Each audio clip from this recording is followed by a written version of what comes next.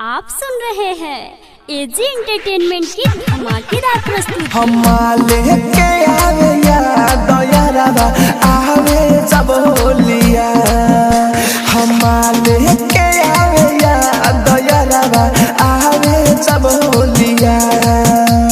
हंस हंस के रंगवा खेले, हंस हंस के रंगवा खेले, हंस हंस के रंगवा खेले। याद आवे ला बोलिया। माले के आवे याद यारबा आवे जब होलिया। AG DJ Kanchan Raj Hajipur Vaishali.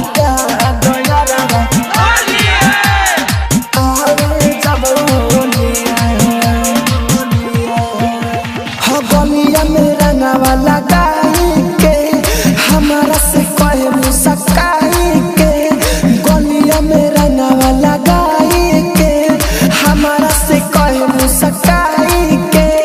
लाला का पिया कमलते रहे चोरी चुपे बुला जाई के।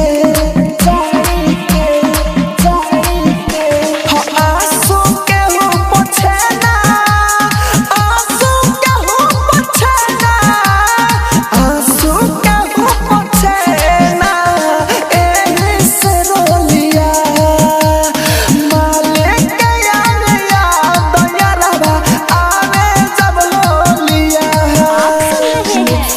AG DJ Kanchan Raj Hajipur Vaishali.